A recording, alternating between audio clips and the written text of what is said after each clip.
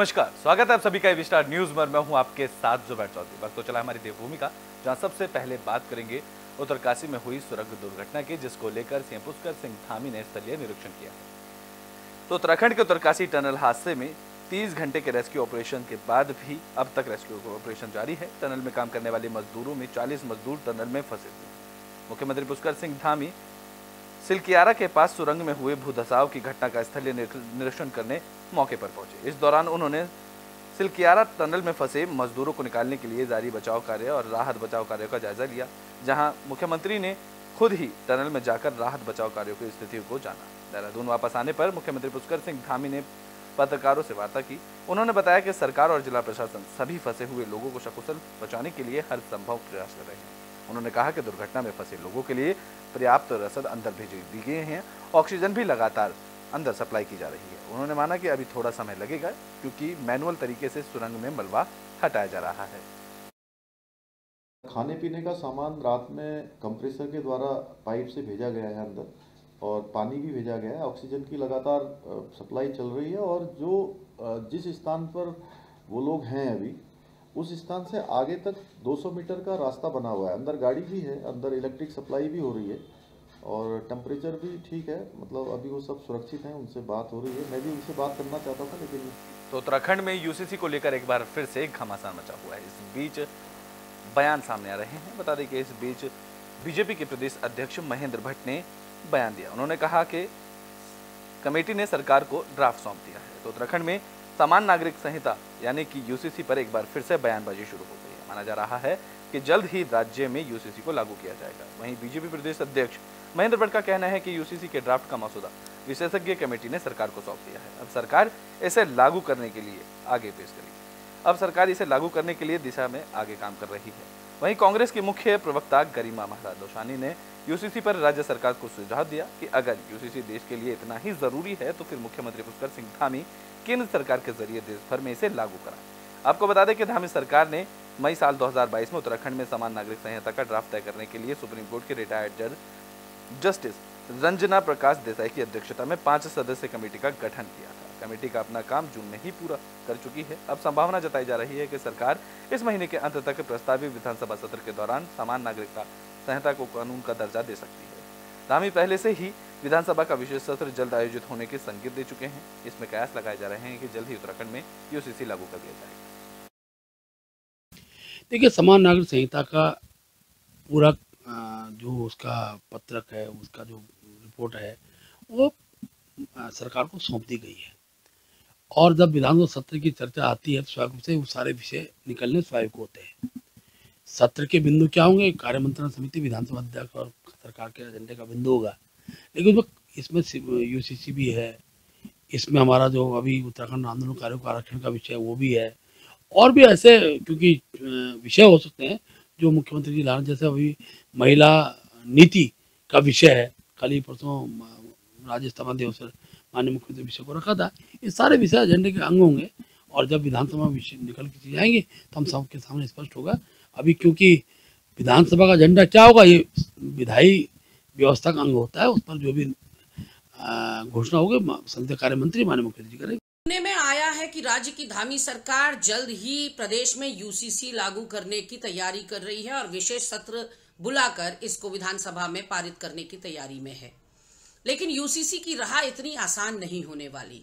धामी सरकार यूसीसी को लेकर गफलत में है, इसलिए क्योंकि यह समवर्ती सूची का मामला है, और समवर्ती सूची के मामलों में केंद्र का भी दखल बहुत ज्यादा रहता है। विधानसभा में पारित होकर ये राज्यपाल जी को जाएगा, राज्यपाल जी से पारित होकर ये राष्ट्रपति को जाएगा, और संविधान की धारा 254 के हिसाब से इसे राष्ट्रपति का अनुमोदन होना जरूरी है। इसलिए इस पूरी कवायद में कम से कम 1 साल का समय लगेगा। लेकिन प्रदेश में एक माहौल खड़ा करने के लिए इस तरह की एक्सरसाइज भाजपा के द्वारा की जा रही है। लोकसभा चुनाव में इस मुद्दे से माइलेज लेने के लिए केवल एक शिगुफेबाजी की जा रही है, क्योंकि निकट भविष्य में तो यूसीसी प्रदेश में लागू होता दिखाई नहीं दे रहा है। और मैं धामी सरकार से एक बात और कहना चाहती हूं कि यदि यूसीसी इतना ही देश हित में है, तो फिर मोदी जी से कहकर इसको पूरे देश में लागू करवाइए ना, केवल उत्तराखंड में क्यों? क्या इतनी भी नहीं चल रही है दिल्ली दरबार में आपकी? और एक बार अगर केंद्र सरकार ने देश में यूसीसी लागू कर दिया तो उत्तराखंड का यूसीसी जो है वो ठंडे बस्ते में जाना लाजमी है।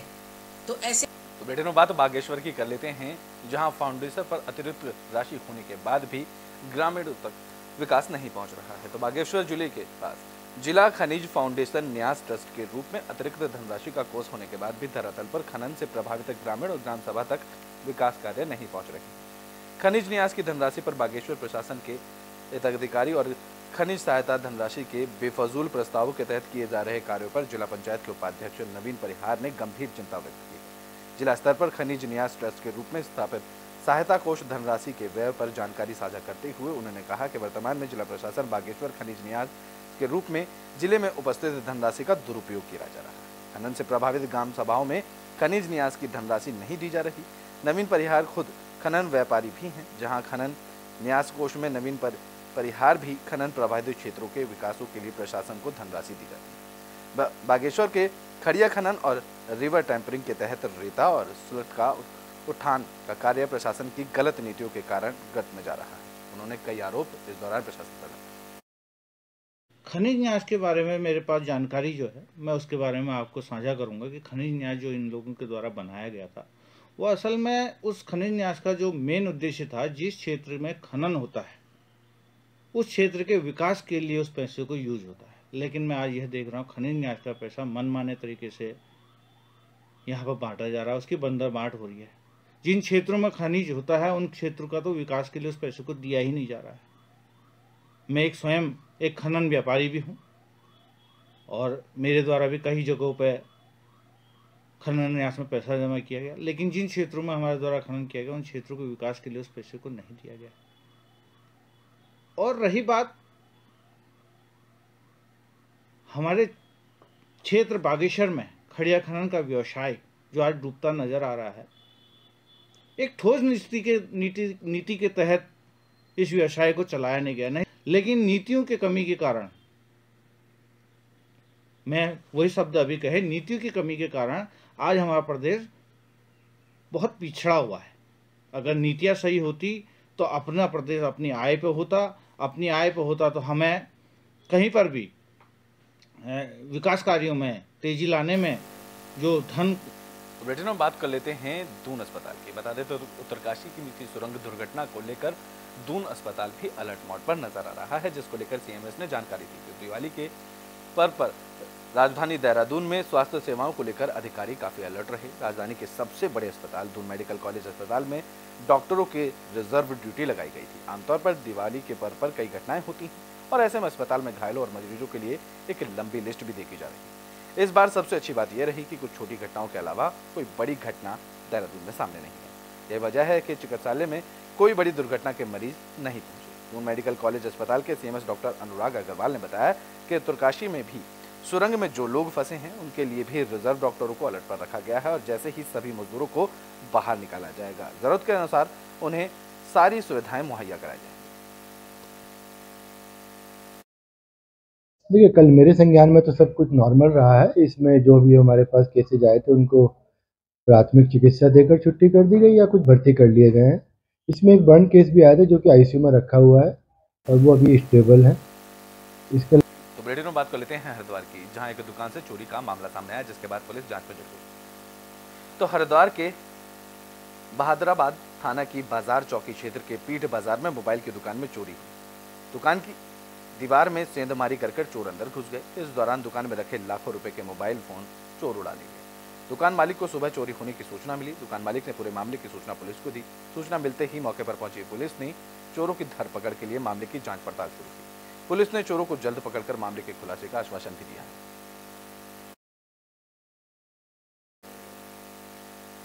तो बुलेटिन बात कर लेते हैं नैनीताल की, जहां से हादसे की खबर सामने आई। बता दें कि यहां एक कार गहरी खाई में जा गिरी। तो उत्तराखंड के हल्द्वानी से पिथौरागढ़ जिले के बद्रीनाथ को जा रही एक बोलेरो गाड़ी भवाली थाना क्षेत्र के अंतर्गत खैराना के पास गहरी खाई में जा गिरी। इस हादसे में एक व्यक्ति की मौत हो गई, वहीं 5 लोग घायल हो गए। इस दौरान मौके पर पहुंची एसडीआरएफ की टीम ने सभी घायलों को रेस्क्यू कर निकाला और सभी को अस्पताल में भर्ती कराया। दरअसल सोमवार की सुबह एसडीआरएफ को जोरासी खेरना के पास एक बोलेरो वाहन खाई में गिरने की सूचना मिली थी। वाहन में 6 लोग सवार थे, जिनमें से 5 लोग घायल अवस्था में मिले, जिनको उपचार के लिए जिला अस्पताल में भर्ती कराया।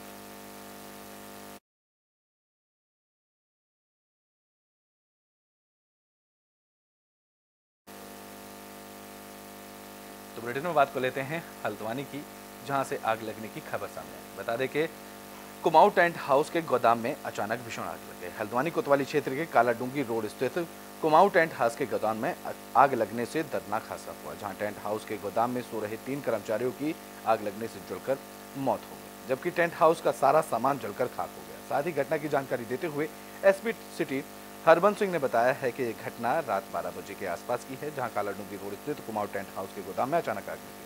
उस वक्त टेंट हाउस के गोदाम में 3 कर्मचारी सो रहे थे। आग लगने के बाद कर्मचारी उसमें से भाग नहीं पाए, जिसके कारण मौके पर ही तीनों कर्मचारी की मौत हो गई। जिसके बाद सूचना मिलते ही मौके पर पहुंची अग्निशमन की 6 गाड़ियों ने आग पर काबू पाया। बहरहाल मामले की जांच की जा रही है।